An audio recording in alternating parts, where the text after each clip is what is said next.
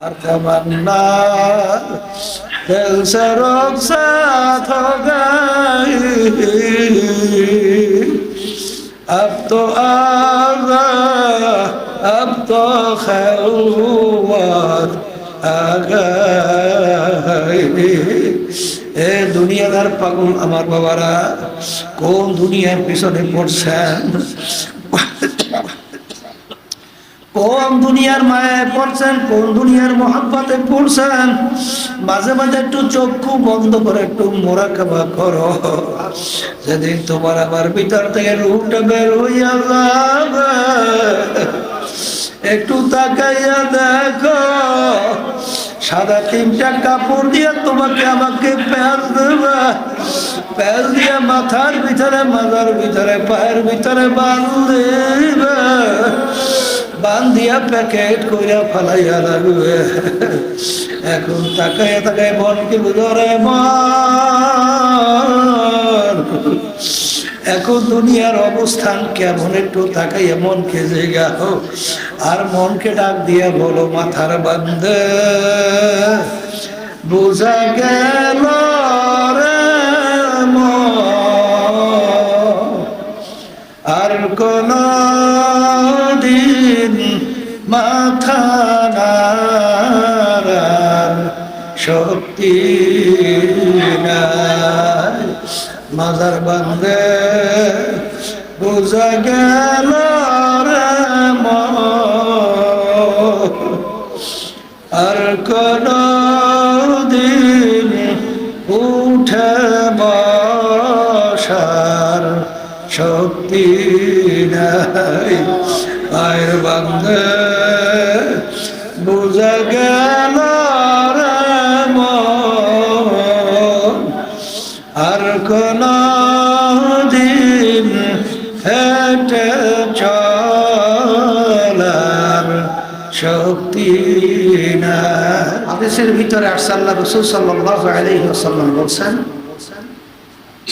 যার ভিতরে আল্লাহর ভয় পয়দা হবে, তার আমলনামা থেকে গুনাহগুলো এইভাবে ঝইরা পইরা যাবে, যেরকম একটা গাছের পাতা যদি শুকায়া যায়, গাছ দইরা যদি কেউ ঝাঁকা দেয়, ওই গাছের পাতা যেরকম ঝরঝর করে পড়ে যায়, যার ভিতরে আল্লাহর ভয় পয়দা হবে, তার আমলনামা থেকে এরকম গুনাহগুলো ঝরঝর করে পড়ে যাবে। আর আল্লাহর ভয় ভিতরে পয়দা হওয়া না পর্যন্ত কোন আল্লাহর বান্দা বান্দি গুনার থেকে কোনো দিন ফেরতে পারবে না। পারবে না। গোপনে অন্ধকারে আপনার সামনে গুনাহ উপস্থিত, দুনিয়ার কেউ দেখে না। ওই সময় আপনাকে গুনাহ থেকে কিসে ফিরাবে? আল্লাহর ভয় ছাড়া গুনাহ থেকে ফিরাবার আর কোনো সুযোগ আছে?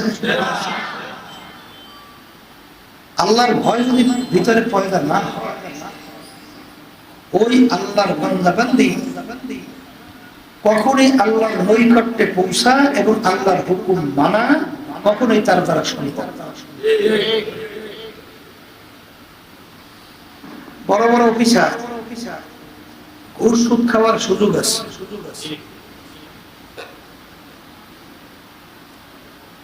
কিন্তু আল্লাহ রাসূল সাল্লাল্লাহু আলাইহি ওয়াসাল্লাম বলেন, যেই হারাম মালের দ্বারা রক্ত এবং গোশত তৈরি হবে, তার জায়গা জাহান্নাম ছাড়া হবে না।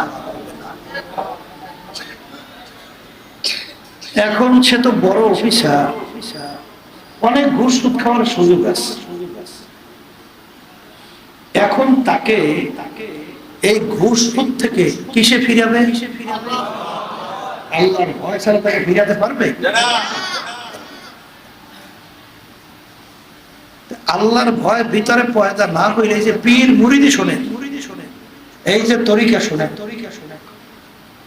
এর মূল উদ্দেশ্যই হলো হিম্মত বুলন্দ, খুলুসিয়াত ভিতরে পয়দা।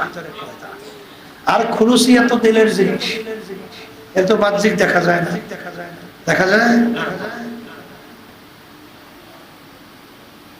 তাহলে অন্তরে আল্লাহর ভয় পয়দা হওয়ার উদ্দেশ্যেই মূলত এই তরিকার যত কার্যক্রম।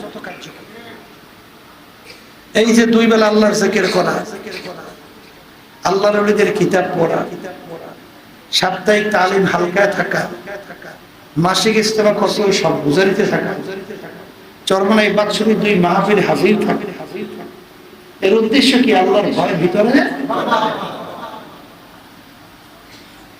যাদের ভিতরে আল্লাহর ভয় পয়দা হয়, আল্লাহ রাব্বুল আলামিন বলেন এক শ্রেণী এরকম আমার বান্দা বান্দী দুনিয়ার মধ্যে আছে, তাতশাইরু মিনহু জুলুদুল্লাযীনা ইয়াখশাউনা রাব্বাহুম সুম্মা তালিনু জুলুদুহুম ওয়া কুলুবুহুম ইলা যিকরিল্লাহ। এক শ্রেণী আমার বান্দা বান্দী দুনিয়ার ভিতরে এরকম আছে, তাদের কাছে যখন আমার আযাব ও গজবের আলোচনা করা হয়, জাহান্নামের আলোচনা করা হয়, তখন তাদের শরীরের চামড়াগুলো থরথর করে কাঁপতে থাকে, তাদের কলবটা বিচলিত হয়ে যায়, অস্থির হয়ে যায়। এক শ্রেণীর আমরা আছি, গুনার পর গুনাহ হইতেছে, করতেছে, কই আল্লাহর ভয়, আল্লাহর জাহান্নামে আযাব ও গজবের ভয় কই? একদিনও কি আপনার চামড়া একদিনও কাঁপে উঠছে? আপনার কলম কি একদিনও বিচলিত হয়েছে? তাহলে বুঝতে হবে এখন পর্যন্ত আপনি কামেল মুমিন হতে পারেন নাই। আল্লাহর ভয় ভিতরে পয়দা না হয় পর্যন্ত ওই আল্লাহর বান্দা বান্দী গুনাহ থেকে ফিরতে। এক পীর সাহেব হুজুর এক বোকা মুরিদকে বড় মোহাম্মত করে, সোজা কিসিমের লোক আছে না, কিন্তু হুজুর তাকে বেশি মহব্বত করছে। অন্য অন্য মুরিদেরা বলতেছিল যে হুজুর এই বোকাটাকে এত কেন মহব্বত করে? তো হুজুরের কানে যখন এই কথা পৌঁছলো, হুজুর মুরিদদেরকে ডাইকা প্রত্যেকের হাতে একটা জ্যান্ত মোরগ বা মুরগি হাতের ভিতরে ধরাইয়া দিস, আর প্রত্যেকের হাতে একটা ছুরি দিয়ে দিস, আর প্রত্যেক মুরিদ থেকে নির্দেশ করছে এমন জায়গায় যাইয়ে মুরগি বা মোরগ জবাই করবা, কেউ যেন দেখে না। এখন হুজুরের কথা মানা লাগবে না? তা কেউ দৌড়াইছে জঙ্গলের মধ্যে, একেবারে গোপন জায়গা, কেউ দেখে না, মুরগি বা মোরগ জবাই করছে। কেউ পাহাড়ের গর্তের ভিতরে ঢুকে মুরগি বা মোরগ জবাই করছে। যার যেইভাবে গোপন জায়গা জানা ছিল ওইভাবে যাইয়ে মুরগি বা মোরগ জবাই। আর ওই বোকা মুড়ি জ্যান্ত মোরগ নিয়ে হুজুরের সামনে হাজির। এখন অন্য অন্য বোকারা বলতেছে ব্যাপার কি? হুজুর এই বোকাটাকে এত মহব্বত কেন? হুজুরের কথাই মানে নাই। হুজুর মুরগি বা মোরগ জবাই করে নিয়ে আসতে বলছে গোপন জায়গায়, ও তো দেখি আস্ত জ্যান্ত মুরগি নিয়ে আস। হুজুরের ধমকের সুরে বলে, এই বোকা, সবাই আমার কথা মানছে, তুমি আমার কথা কেন মানলে না? তখন এই বোকা মুড়ি থরথর করে কাঁপতেছে, 2 চোখ দিয়ে টপ টপ করে বাইয়ে বাইয়ে পানি পড়তেছে, আর ভয়তে ভয়তে বলতেছেন হুজুর আপনি এমন এক শর্ত লাগাইছে যে এমন জায়গায় মুরগি বা মোরগ জবাই করবা, কেউ যেন দেখে না। আপনার কথা আমি মানার জন্য হুজুর কথার কথা আমি ঠিক মতো ঘুমাতে পারিনি, ঠিক মতো খাইতেও পারিনি। বলতে গেলে আমার জানা মতে এমন কোন গোপন জায়গা নাই যেই জায়গায় আমি যাই না, কিন্তু আমি গোপনে দেখি দুনিয়ার কেউ নাই, কেউ দেখেও। আমি যখন মুরগি জবাই করা শুরু করি তখন দেখি দুনিয়ার কেউ দেখে না, আমার আল্লাহ আমার দিকে চাই রয়েছে। হুজুর আপনি তো শর্ত লাগাইছেন কেউ যেন দেখে না, এখন আল্লাহ তো আমাকে দেখে, এখন আমি মুরগি জবাই করবো কিভাবে? আমি আর কোনো জায়গা পাইনি। তখন হুজুর বলতেছেন, হে মুরিদেরা, এই বোকা মুরিদটাকে আমি এত কেন মোহাব্বত করি এখন বুঝতে পারছি। ওয়ানাহান নাফসা আনিল হাওয়া ফা ইন্নাল জান্নাতা হিয়াল মাওয়া। সেই আল্লাহর বান্দা বান্দি আমার মালিকের ভয়, আমার মালিকের আযাব গজবের ভয়, জাহান্নামের ভয়, গুনার কথা মনে কইরা যে নিজেকে গুনার থেকে ফিরাইয়া রাখবে, আমার মালিক আমার আল্লাহ বলেন তাকে সুসংবাদ জানাও, তার জন্য আমি বেহেশত ঘোষণা করলাম। মুসা আলাইহিস সালাতু ওয়াস সালামের জামানা, বড় লোকের পাশের বাড়ি, এক গরিব বেচারাদের বাড়ি, ঘরে কোনো খাবার নাই, বাচ্চাগুলো পেটের ক্ষুধায় সিল দেয়, ছটফট ছটফট করছে। মায়ের সামনে বাচ্চারা যদি ছটফট করে সিল্লে পেটের ক্ষুধায়, কোনো মা সহ্য করতে পারে না। এখন আল্লাহর বান্দা দিক বিদিক না পাইয়া পাশে বড় লোকের বাড়ি, তার কাছে যাই বলে, ভাই আমার বাচ্চাগুলো পেটের ক্ষুধায় মরণাপন্ন, আপনি একটু খাবার দেয়, বাচ্চাগুলো খাবে, বাচ্চাগুলো জীবন বাঁচবে। ওই বড় লোকটা দুষ্ট প্রকৃতি, সে বলতেছে তোমার খানা দিতে পারি, কিন্তু আমার সঙ্গে তোমার খারাপ কাজে লিপ্ত হইতে। এখন আল্লাহর বান্দী আল্লাহকে ভয় করেন, সে আল্লাহর ভয় তো থেকে চলে আসছে। আসার পরে এখন দেখে বাচ্চাগুলো শ্বাসটাই উঠাইতে, মানে রুহুটা বের হবে হবে, এটা কোনো মা সহ্য করতে পারে? সে নিজেই হুশ হারাই ফেলছে, দিক বিদিক হারাই আবার দৌড়েছে, যাইয়ে বলে তোমার প্রস্তাবে আমি রাজি আছি, তাড়াতাড়ি খানা দাও। ওই লোক যখন খারাপ কাজে অগ্রসর হইতেছে, আল্লাহর বান্দির ভিতরে শরীরে কম্পন শুরু হয়ে গেছে, থরথর করে কাঁপতেছে। তখন আল্লাহর বান্দা বলতেছে, আল্লাহর বান্দি ব্যাপার কি, তুমি কাঁপতেছো কেন? তখন আল্লাহর বান্দি বলে, আল্লাহর ভয়, আল্লাহর ভয় আমার ভিতরে কম্পন শুরু হয়ে গেছে। তখনই আল্লাহর ভিতরে, আল্লাহর বান্দার ভিতরে আল্লাহর পক্ষ থেকে ভয় জমা হয়ে গেল যে আমার মালিক, আমার চেয়ে নেমক হারাম তো দ্বিতীয়বার কেউ দুনিয়ায় থাকতে পারে না। তোমার এই আল্লাহর, তোমার বান্দি এত বড় অসহায়, এত কঠিন মুহূর্ত যাইতেছে, এই অবস্থায় তোমার ভয়, শরীর থর কম্পন, আর আমাকে তুমি কত নেয়ামত দান করছো, কিন্তু তোমার ভয় আমার ভিতরে পয়দা হয় নাই। আমার চেয়ে নেমক হারাম আর দ্বিতীয় দুনিয়ায় থাকতে পারে না। এই কথা বইরা আল্লাহর বান্দা তওবা কইরা গুনাহ থেকে ফিরে আসলো। আল্লাহর বান্দা গুনাহ থেকে ফিরে আসছে, ওদিকে আল্লাহ রাব্বুল আলামিন তার নবী মুসা আলাইহিস সালাতু ওয়াস সালাম তার কাছে ওহী পাঠায়, এই জামানার নবী মুসা, যাও তুমি আমার ওই বান্দাকে সুসংবাদ দাও, তার জীবনের সব গুনাহ আমি মাফ কইরা দিলাম, এমনকি তার গুনাহকে আমি নেকের দ্বারা পরিবর্তন কইরা দিলাম।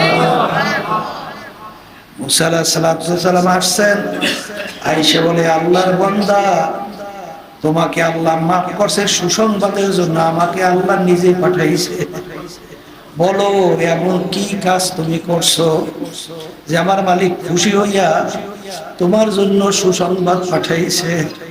তখন ঘটনা বলল, আল্লাহু আকবার।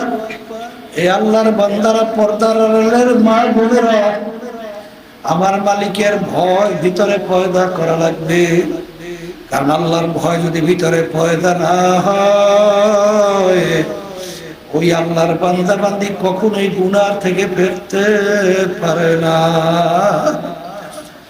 আল্লাহর ওলিদের ইতিহাস পড়লে দেখবেন, সাহাবায়ে কেরামদের ইতিহাস পড়লে দেখবেন, বাজান আল্লাহর ভয় তাদের ভিতরে কি পরিমাণ ছিল। দুনিয়ার সব তাদের পায়ের উপরে ফেলানোর পরেও আল্লাহর ভয়, আল্লাহ বেজার হবে, ওই কাজের কাছেও যাইতো না। আর আমরা তো মুসলমান দাবি করি, আমিনু কামা আমানান নাস। আল্লাহ রাব্বুল আলামিন বলে তোমরা ঈমান আনো, আমাকে বিশ্বাস করো। কিভাবে?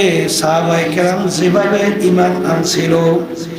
বাজার, ইন্না আকরামাকুম ইনদাল্লাহি আতকাকুম, যার ভিতরে আমার মাওলার ভয় পয়দা হবে সেই মালিকের কাছে সম্মানিত।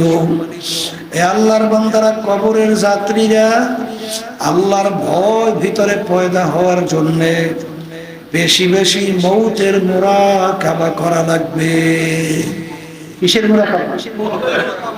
হ্যাঁ, মৌতের মুরাকাবা করা লাগবে। কারণ হাদিসের ভিতরে আসছে, যদি কমপক্ষে দৈনিক 20 বার মৌতের মুরাকাবা করতে পারো, শহীদি দরজা পাইয়া বিনা হিসেবে বেহেশতে যাইতে পারবা। কি দরজা পাইয়া? শহীদি দরজা পাইয়া বিনা হিসেবে মৌতের মুরাকাবা। অনেকের তো মৌতের কথা ভুলে গেছে। হ্যাঁ, মৌতের কথা মনেই আসতে চায় না। না, দুনিয়াদারদের থিওরি এবং আল্লাহওয়ালা দিনদারদের থিওরি সম্পূর্ণ উল্টা। দুনিয়াদারদের থিওরি হলো মানুষের যেন মৃত্যুর কথা স্মরণ না আসে, তাহলে তাদের এনার্জি নষ্ট হয়। আর ইসলামের নিয়ম কি? কমপক্ষে তৈরি যদি 20 বার মৌতের স্মরণ করতে পারো, তাহলে শহীদি দরজা পায় বিনা হিসেবে বেহেশতে যাবে। কথা ঠিক না? আল্লাহর ভয় ভিতরে পয়দা করার জন্য বেশি বেশি পরিমাণে আমার মাওলার জিকির করা লাগবে। কি করা লাগবে? কার জিকির?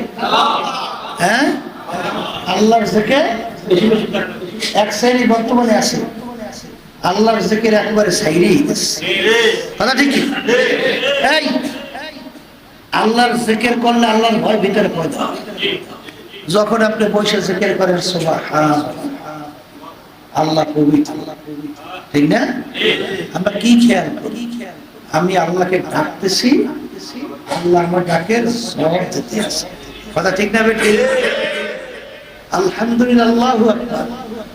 আমি আল্লাহকে ডাকি, আল্লাহ আমার ডাকে। যখন জিকির করি লা ইলাহা ইল্লাল্লাহ, লা বলার সময় মাথা তো ডাইন কান্দের দিকে ঘুরাই না, তারপরে মাথা ঘুরাইয়া বাম দুধের 2 আঙ্গুল নিচে কলব, মাওলার নূর থাকবার জায়গা, কলবের ভিতরে ঘুম করে থাকতে দেয়। জবানে বলি লা ইলাহা ইল্লাল্লাহ, আর দিলে মানা কি খেয়াল করি? আল্লাহ বাদে কেহ মাবুদ নাই, লা মাকসুদা ইল্লাল্লাহ, লা মাহবুবা ইল্লাল্লাহ, লা মাতলুবা ইল্লাল্লাহ, লা মাশুকা ইল্লাল্লাহ, লা ইলাহা ইল্লাল্লাহ, মুহাম্মাদুর রাসূলুল্লাহ। हर तमन्ना दिल से रुखसात हो गई, हर तमन्ना दिल से रुखसात हो गई, अब तो आजा, अब तो खिलवत आ गई। যখন তুমি আর আমি জিকির করি লা ইলাহা ইল্লাল্লাহ, লা বলার সময় মাথা একটু ডাইন কানের দিকে ঘুরাই, তখন খেয়াল করি নাই নাই নাই, আমার পীরগিরি নাই, আমার মুফতিগিরি নাই, আমার মুহাদ্দিসগিরি নাই, আমার বংশের গরম নাই, আমার শিক্ষার গরম নাই, আমার সৌন্দর্যের গরম নাই, আমার টাকা পয়সার সম্পদের গরম নাই, নাই নাই নাই, আল্লাহ বাদে কেহ মাবুদ मौजूद नहीं, हर तमन्ना दिल से रुखसत हो गई। अब तो अब तो खैरुआत आ गई। एक मालिकेर आशिक डाक দিয়া বলে, মালিক তুমি এখন একটু আমার দিলের দিকে, কলবের দিকে তাকাও তাকাও। আমার এখন দিলের ভিতরে কিছু নাই, গায়রুল্লাহ সব ফালাইয়া দিছি। এখন তুমি দয়া মায়া কইরা একটু আমার কলবের মধ্যে আসো। আর তামান্না দিল সে রুখসাত হো গই, अब तो अब तो खैरुआत आ गई। এ দুনিয়াদার পাগল আমার বাবারা, কোন দুনিয়ার পিছনে পড়ছেন, কোন দুনিয়ার মায়ায় পড়ছেন, কোন দুনিয়ার মহাব্বতে পড়ছেন। মাঝে মাঝে একটু চক্ষু বন্ধ করে একটু মোরাকাবা করো। যেদিন তোমার আমার ভিতর থেকে রূপটা বের হইয়া যাবে, একটু তাকাইয়া দেখো, সাদা তিনটা কাপড় দিয়ে তোমাকে আমাকে প্যাঁচ দেবে, প্যাঁচ দিয়ে মাথার ভিতরে, মাথার ভিতরে, পায়ের ভিতরে বাঁধবে, বান্ধিয়া প্যাকেট কইরা ফালাইয়া লাগবে। এখন তাকাইয়া তাকায় মনকে বুঝরে মন, এখন দুনিয়ার অবস্থান কেমন একটু তাকাইয়া মনকে জেগাও। আর মনকে ডাক দিয়া বলো, মাথার বান্ধে বুঝা গেল রে মন, আর কোন দিন মাথা নাড়ার শক্তি নাই। মাজার বান্ধে বুঝা গেল রে মন, আর কোন দিন উঠে বসার শক্তি নাই। আয়ের বান্ধে বুঝা গেল রে মন, আর কোন দিন হেঁটে চলার শক্তি নাই।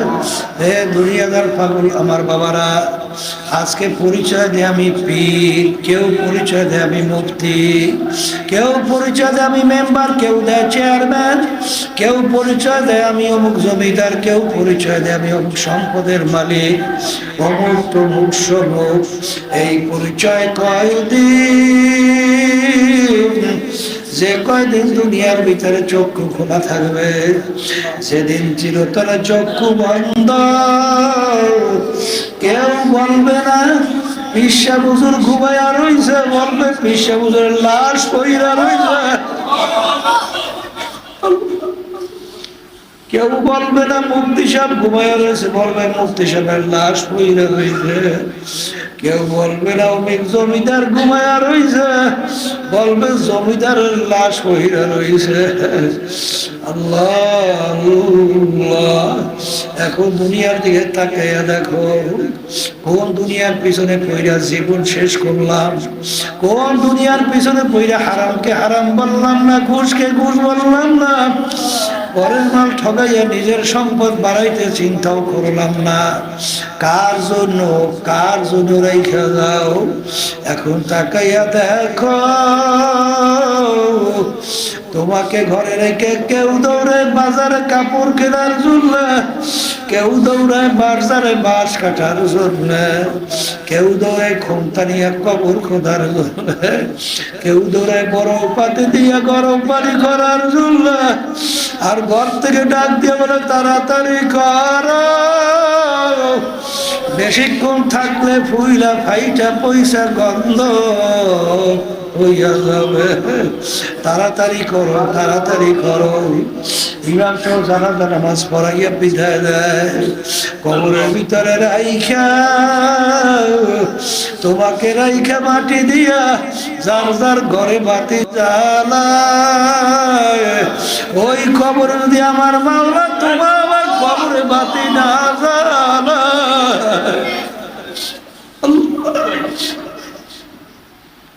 ওই কবর তো অন্ধকার হইয়া থাকবে।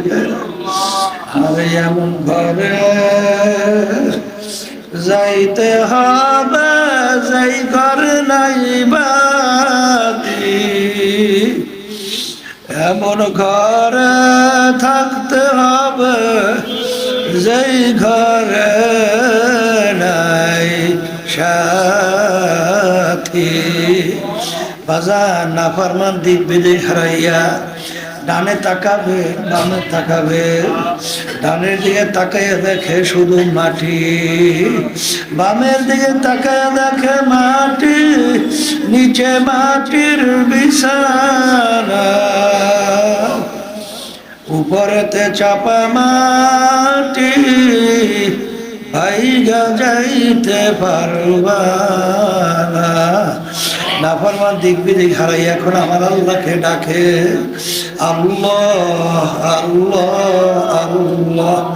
আমার মালিক ডাক দে বলে, রে মুখারাম, দুনিয়ার ভিতরে তোদেরকে আমি স্বাধীনতা দান করছিলাম, কেন?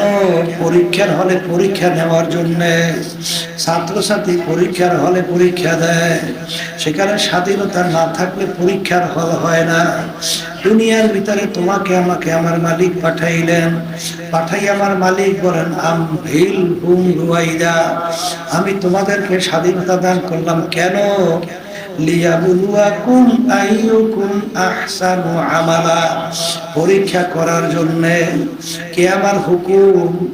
আরে পরীক্ষার হলে স্বাধীনতা পাইয়া মানো, আর কে আমার হুকুমের বিরুদ্ধাচরণ করো, এইটা পরীক্ষার জন্য তোদেরকে স্বাধীনতা দান করলাম। দুনিয়ার স্বাধীনতা পাইয়া আমার সমস্ত নেয়ামত ভোগ কইরা দুনিয়ার ভিতরে যেইভাবে তুই আমাকে ভুইলা গেছিলি, এইভাবে তোকে আমি কবরে ভুইলা গেলাম। তুই আমাকে কবরে শত শত বছর ডাকবি,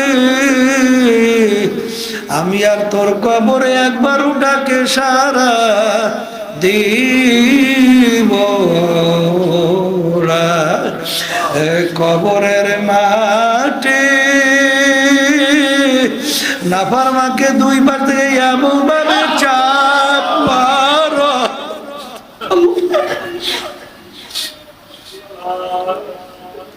এক পাজরে হাড্ডি অন্য পাজরে মিশিয়ে দাও। আমার কাছে কোনো খাতির হবে না। এই কবরের যাত্রীরা, আল্লাহর বান্দারা, পর্দা আলেম মা বোনেরা, আসলে বাজান সেই মামলার তদবির নাই, সেই মামলার খালাস নাই। সাহাবায়ে কেরামদের ইতিহাস পড়িয়া দেখেন, ওসমান গনি রাদিয়াল্লাহু তাআলা আনহু বাজান অনেক সময় কবর দেখলে এমন ভাবে অজরে কান্না শুরু করতেন, কাঁদতে কাঁদতে অনেক সময় দাঁড়ানো অবস্থায় ঠাস করিয়া বইসা পড়ত। লোকেরা বলেন, হুজুর আপনি কবর দেখলে এরকম কেন অস্থির হইয়া যান? তিনি বলে, আমার সাথীরা, আখেরাতের যেই কটা ঘাটি, তার প্রথম নম্বর ঘাটি হইল কবর। এই কবরে যার সঙ্গে ভালো ব্যবহার হবে, সামনের ঘাটি তো ভালো ব্যবহারের আশা করা যায়।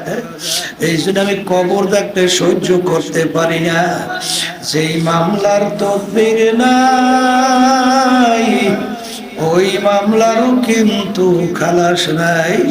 বাজান আল্লাহর নবীর ইতিহাস পড়িয়া দেখেন, বাজান আমার আব্বাজানের মুখে শুনছি, আর অনেকের মুখে, দাদাজান রহমাতুল্লাহ আলাইহি ইন্তেকালের আগে আগে চকের উপরে বৈশা পাশেই কবরস্থান তাকাইয়া তাকাইয়া দুই চোখ দিয়া পানি ঝরঝর কইরা পড়ে, আর মালিকের দিকে ফিরা ফিরা করুণ সুরে ডাক দেয়, ওরে আমার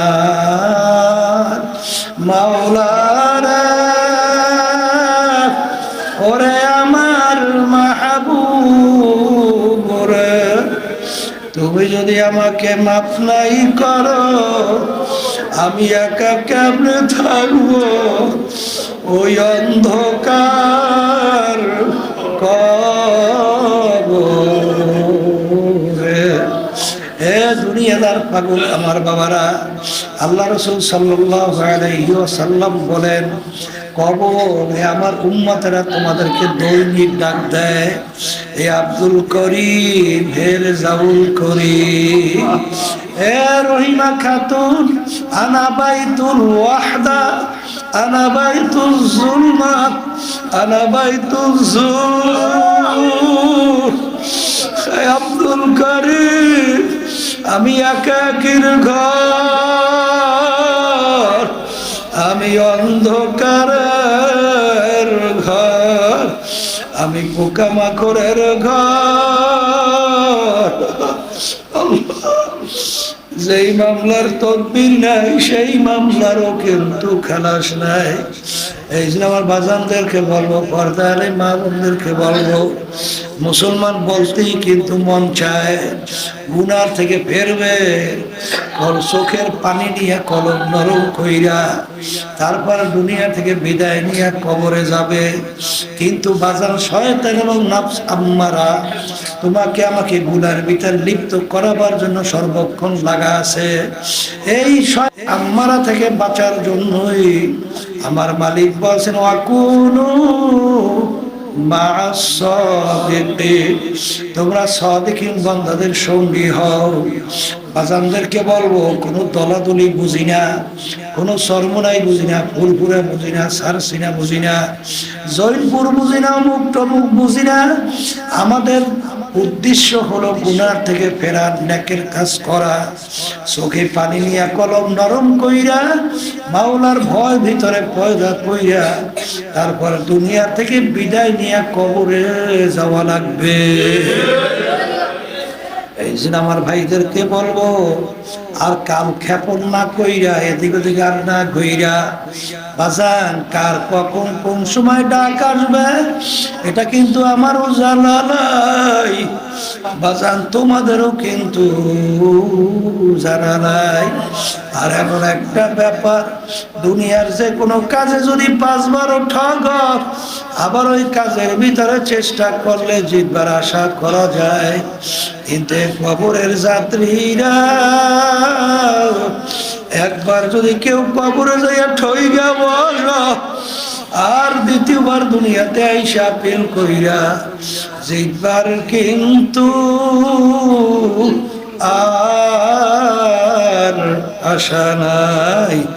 এই জন্য আমার বাজানদেরকে বলো, পর্দারে মা বোনরা যারা শুনতেছেন, আমি আপনাদের জন্য দোয়া করি, আমিও দোয়া চাই, মালিক যেন আমাদের ভিতরে হারে কলবের ভিতরে আমার মাওলার ভয় পয়দা করে, গুনার থেকে ফেরার তৌফিক দান করে, নেকের কাজ করার তৌফিক দান করে, চোখে পানি নিয়ে কলম নরম কইরা তারপর যেন দুনিয়ার থেকে বিদায় নিয়ে কবরে যাইতে পারি।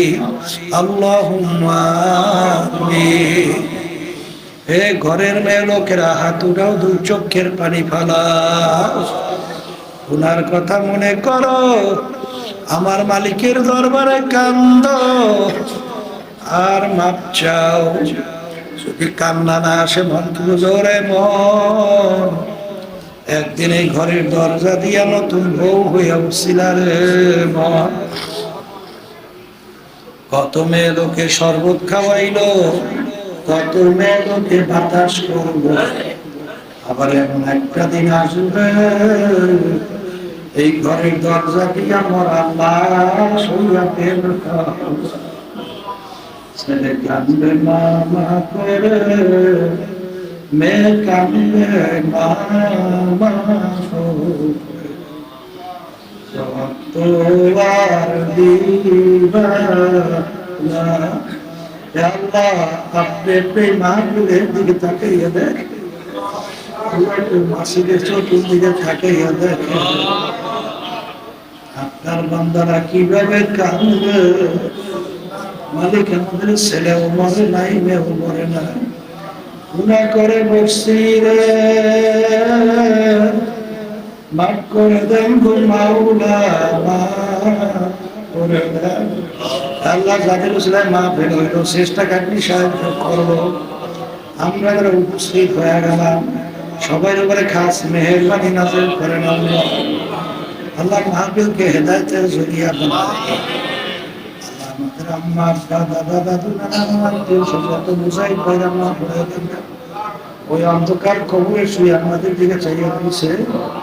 মালিক, আমরা দোয়া করলাম, দয়া মায়া করে তাদের কবরকে বেহেশতের বাগান বানায়া দাও। আল্লাহ, মাদ্রাসা মসজিদকে দিনের জন্য কবুল করে নাও। সুবহান রাব্বিকা রাব্বিল ইজ্জাতি আম্মা ইয়াসিফুন, ওয়া সালামুন আলাল মুরসালিন, ওয়ালহামদুলিল্লাহি রাব্বিল আলামিন। কেউ উঠেন না।